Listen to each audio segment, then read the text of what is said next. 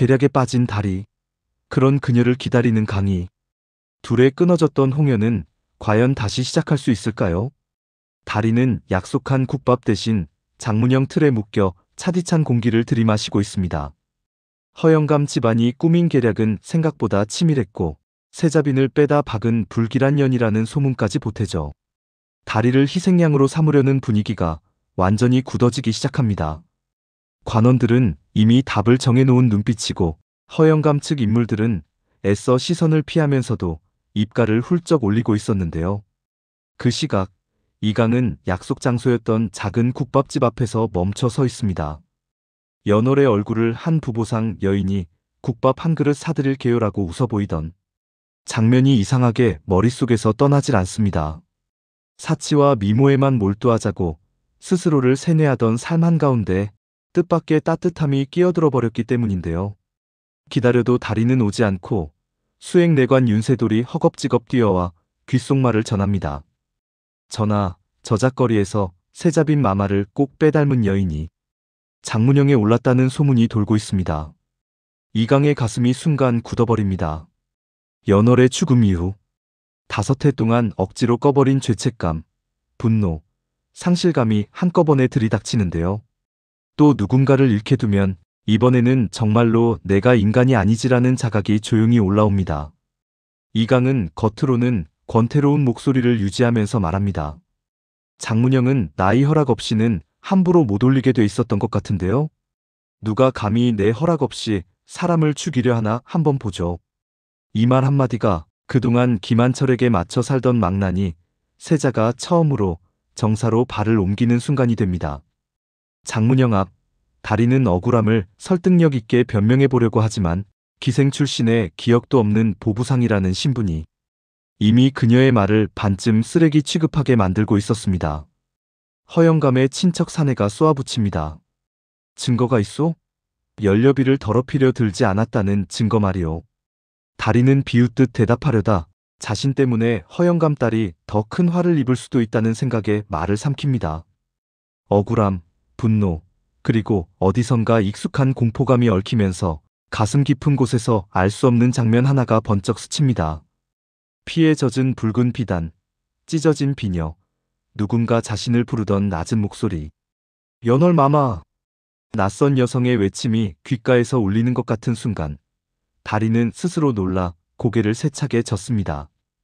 그런 이름을 안 적도 들은 적도 없는 것 같은데 입안에 맛이 너무 선명하게 남아있었기 때문인데요.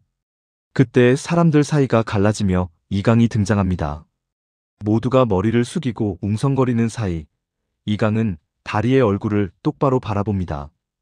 연월의 얼굴인데 연월이 아니고 연월보다 훨씬 살아있고 시끄럽고 능청스러운 그 눈빛을 보는 순간 이강은 스스로도 이해 안 되는 말이 입 밖으로 새어나오는 걸 느낍니다. 그 여인 풀어주시죠. 동궁의 눈엔 죄인으로 안 보이는데요. 관원들이 얼어붙고 허영감 측 인물들이 반발하려 하지만 이강은 이번엔 웃지 않습니다. 얄밉도록 잘 다듬어진 얼굴에서 처음으로 진짜 세자의 권위가 드러나는데요. 대리청정 중인 세자의 결정에 이의가 있으면 좌상께 가서 물어보시든가요. 내가 그분 말만 듣고 사는 허수아비인지 아니면 가끔은 내 마음대로 하는 놈인지. 그 한마디로 다리는 목숨을 건집니다. 그리고 그 순간부터 두 사람의 인연은 단순한 닮은 얼굴의 장난을 넘어서기 시작합니다. 풀려난 뒤 다리는 약속대로 이강에게 국밥을 사주려고 합니다. 물론 이강이 진짜 세자인 줄은 전혀 모른 채 도련님이라 부르며 툭툭 치듯 말하는데요. 오늘 목숨값 치르는 거예요. 말없이 구해놓고 도망갈 줄 알았는데 은근히 멋있더라고요. 이강은 순간 당황하지만 티를 내지 않으려고 합니다. 세자라는 정체를 숨기고 오랜만에 나로서 대접받는 느낌이 낯설게 편안했기 때문인데요. 은혜를 입었으면 갚아야죠. 국밥으로요. 다리는 능글맞게 웃으면서도 손이 조금 떨립니다. 장문영 위에 올랐던 공포가 완전히 가시지 않은 탓이고 동시에 이 낯선 남자의 눈빛이 이상할 만큼 익숙해서 신경을 긁었기 때문입니다. 국밥집 안, 두 사람은 마주 앉아 국물을 떠먹습니다. 이강은 다리가 숟가락을 놀리는 사소한 습관, 국물에 먼저 향을 맡는 버릇, 말을 시작할 때 살짝 숨을 고르는 타이밍까지 전부 연월과 겹쳐 보이는 걸 느끼는데요. 하지만 또렷하게 다른 점도 있습니다. 연월은 조심스러웠고 다리는 거침없습니다. 연월은 의무와 예를 먼저 생각했는데 다리는 사람부터 봅니다. 보령에서 왔다 했죠?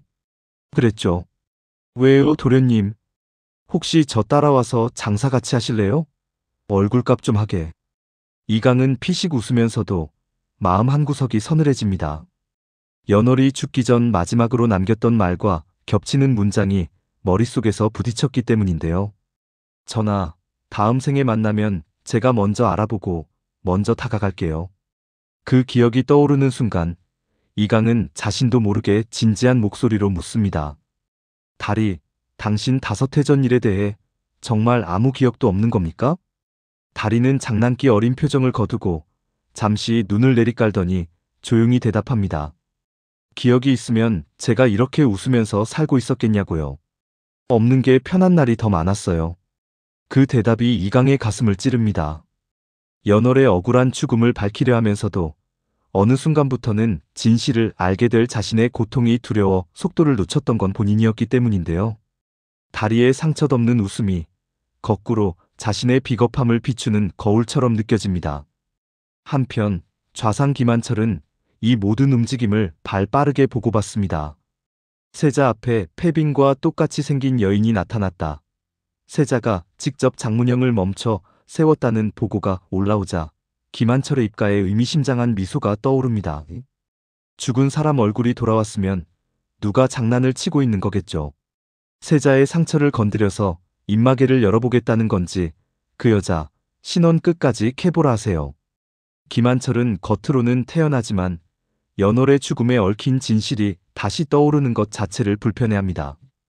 연월이 죽던 밤 그 현장에 있었던 몇 명 중 하나가 바로 자신이라는 사실을 숨기고 있기 때문인데요.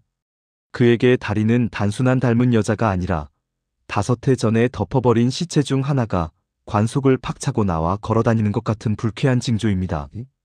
이강은 김한철의 이런 반응을 놓치지 않습니다.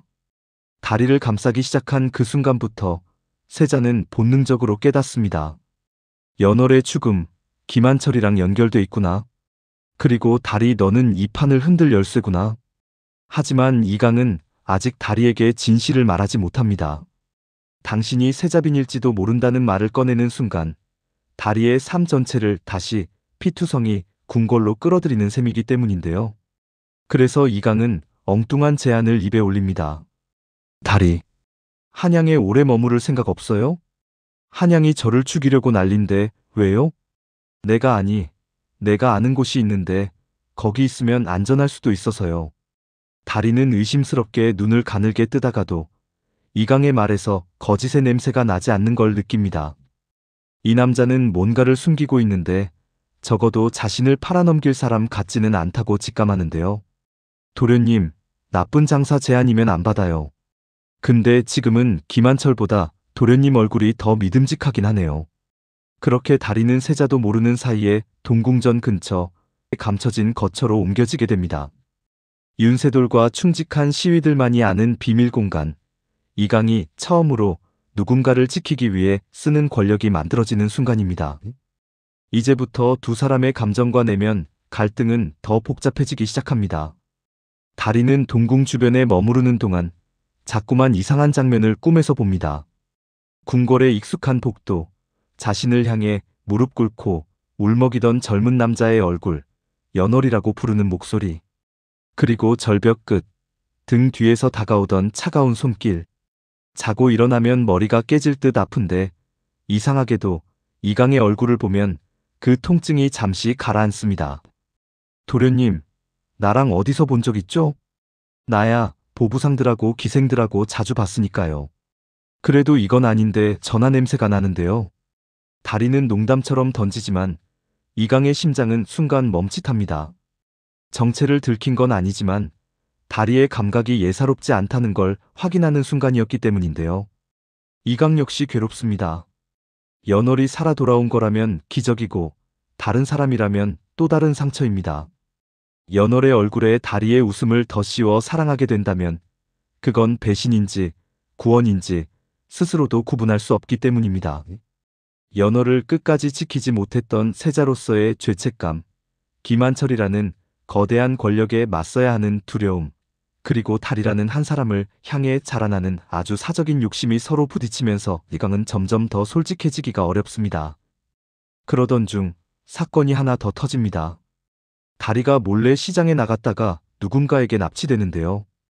허영감 측이 아니라 더 정교하고 궁한 사정을 너무 잘 아는 자들의 손입니다. 다리가 사라진 현장에는 5해 전 연월이 마지막으로 남겼던 것과 똑같은 모양의 부러진 비녀 한쪽에 떨어져 있습니다. 이강은 그 비녀를 보는 순간 5해 전 밤과 지금이 같은 손에 연결돼 있다는 걸 직감합니다. 그리고 인정하기 싫었던 생각 하나가 선명해집니다. 다리를 지키는 건 내 사적인 감정이 아니라 이제 연월의 죽음과 조선의 미래까지 얽힌 일이다. 이강은 처음으로 김한철을 정면으로 의심합니다. 그러면서도 바로 칼을 빼들지 않습니다. 증거가 부족하고 무엇보다 다리가 아직 어디에 있는지 모르는 상태에서 성급한 판단은 다리를 2번 죽이는 꼴이기 때문인데요. 김한철은 반대로 여유롭게 웃습니다. 전하, 부보상 하나 때문에 이 난리를 치시면 곤란합니다. 세자빈을 잃은 상심은 이해하지만 어찌 죽은 사람 얼굴을 빌어 사는 천한 것에 마음을 쓰십니까? 그 말에 이강은 처음으로 속내에 가까운 말을 던집니다. 천한 것은 여인이 아니라 여인의 생사를 제 입맛대로 정하는 손들이죠. 좌상, 5해 전에도 그 손이 좀 바빴던 것으로 기억하는데요. 공기 자체가 얼어붙는 순간입니다. 둘 사이의 전면전이 예고되는 대사이자 시청자로 하여금 연월의 죽음에 좌상이 얼마나 개입해 있었는가라는 의문을 더 키우는 지점인데요. 이 와중에 납치된 다리는 어딘가 익숙한 사당에 묶여 있습니다. 벽에는 연월의 영정이 걸려 있고 누군가 귓가에 속삭입니다. 달이 아니고 연월이죠. 마마, 이제 기억 좀 내보시죠. 그 목소리에 다리는 온몸이 떨립니다. 눈앞이 하얘지면서 5해 전 마지막 밤의 장면들이 파편처럼 쏟아지기 시작합니다. 하지만 화면은, 아니 이야기는 여기서 전부를 보여주지 않습니다. 독처럼 스며드는 진실의 일부만 살짝 열어둔 채 다리의 눈동자에 공포와 분노, 그리고 설명할 수 없는 익숙함이 동시에 떠오르는 순간에서 멈추는데요. 이강은 다리를 찾아 궁과 조정을 동시에 뒤흔들 준비를 시작합니다. 사치와 체면으로 자신을 숨기던 세자가 아니라 사랑하는 사람 하나 제대로 지키기 위해, 그리고 5해 전 잘못을 바로잡기 위해 칼을 쥐기 시작한 진짜 주인공으로. 그리고 아직 모르는 사실이 하나 더 남아 있습니다. 다리의 기억 속 어둠이 완전히 돌아오는 순간 이강이 믿어 의심치 않았던 연월에 대한 자신의 진실도 함께 무너질 수 있다는 가능성인데요. 그 균열이 둘의 사랑을 구원할지 아니면 새로운 상처를 만들지, 그 답은 다음 장에서 서서히 드러나게 됩니다.